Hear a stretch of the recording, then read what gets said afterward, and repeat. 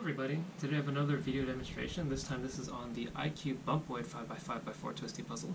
This is just like a mirror blocks and a bump cube combined, and it's a floppy, so it's just a bunch of things all at once. This one happens to be done in yellow plastic and has dark forest green stickers, once again cut by tree stickers, and they look great. So this puzzle is quite something else. Let me just do a checkerboard pattern real quick to show you what I mean. So because it's a bump cube slash mirror, well, it's not mirror because these aren't mirror stickers, but it's a bump cube. So it can only be solved by ensuring that all the layers, the shapes match up. And as you can see, the checkerboard pattern is quite a chaotic pattern indeed. The sun is glaring on it a little bit. That's a pretty good angle to show how it deforms. But it's also a bump. an I-Cube in that this layer can turn freely right now, but as soon as I rotate it upwards, it gets bandaged. As soon as I turn either the other two axes, it becomes bandaged. And as such, scrambling this puzzle in itself is a little bit of a challenge, and you have to do algorithms to make sure that you are properly scrambling these two layers and properly separating them from one another. However, I will say that this puzzle is hard enough to solve as is, just with the mirror blocks property, the bump cube property. Anyway, so as for a size comparison, this puzzle is fairly small, which is a good thing in my opinion. Here it is next to a standard size 3x3.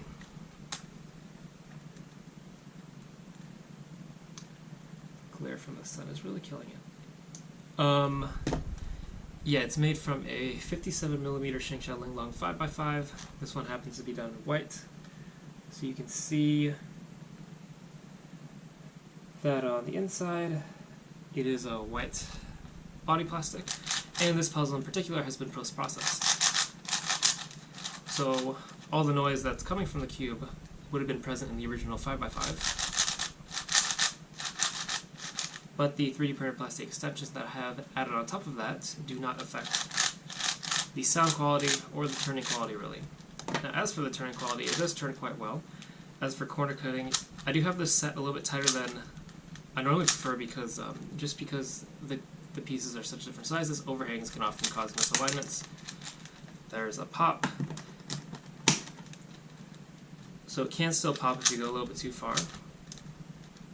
But generally in normal use, 1 QB is good enough.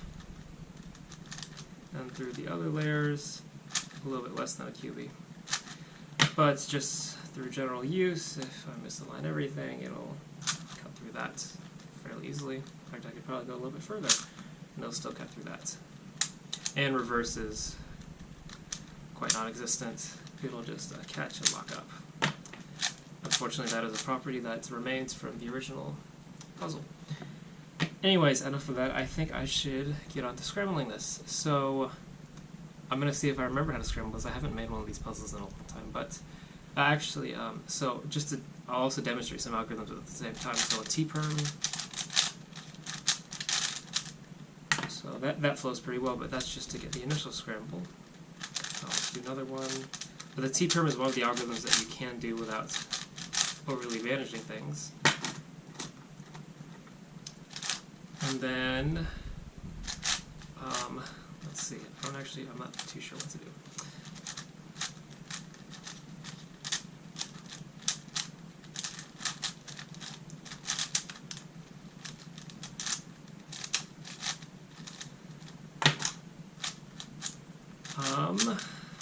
This one I'm just doing algorithms seemingly randomly, because I don't really actually know how to scramble this puzzle in all honesty.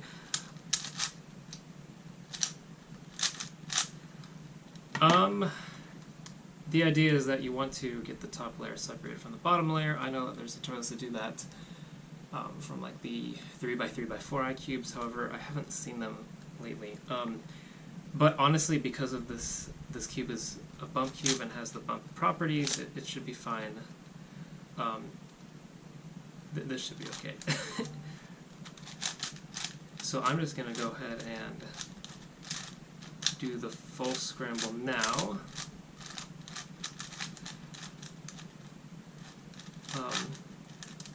Actually, I'm going to scramble it like a 5x5x3 now. So I'm going to turn the top and bottom layers 180 degrees, and then I'm going to turn every other axis 90 degrees.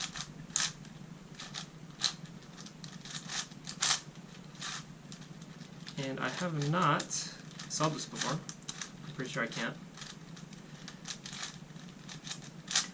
This is probably one of those puzzles I'm going to take apart and then send off to the buyer.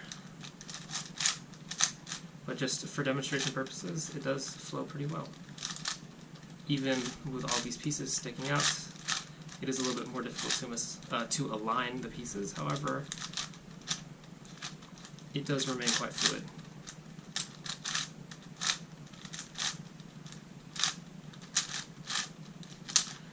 And for this puzzle in particular, I don't think I've ever gotten a picture of it partially or fully scrambled, so I'm going to go ahead and do what I normally do in the middle of these videos and get a quick picture of this.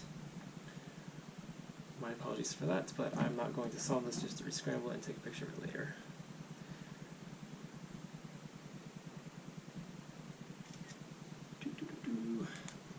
Alright, now that that's out of the way, I will go ahead and fully scramble it, where I turn every layer 90 degrees.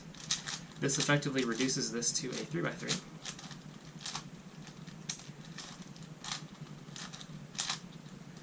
And as for the solve experience, this will solve, I mean, aside from the fact that it's a bump cube, it solves just like a regular I-Cube 5x5x4, which is solved similarly to a 5x5x3, which is solved just like any other floppy puzzle. I, however, don't know how to solve this, and like I said earlier, I'm not even going to pretend I know how to solve it. I probably can, considering I know how to solve a 5x5x4 I-Cube. However, I feel like it would be faster for me to disassemble this. Unfortunately, I have my skills in solving my own puzzles has diminished as I have solved them less and less, which is unfortunate, but that is how it is. Anyways, that, I think, is a sufficient scramble. And as you can see, it is quite a mess. There's pieces sticking out everywhere, but it does still turn quite well, and hopefully whoever this goes to will be able to solve this, as I cannot. Anyways, thank you all so much for watching, and I will see you in the next video.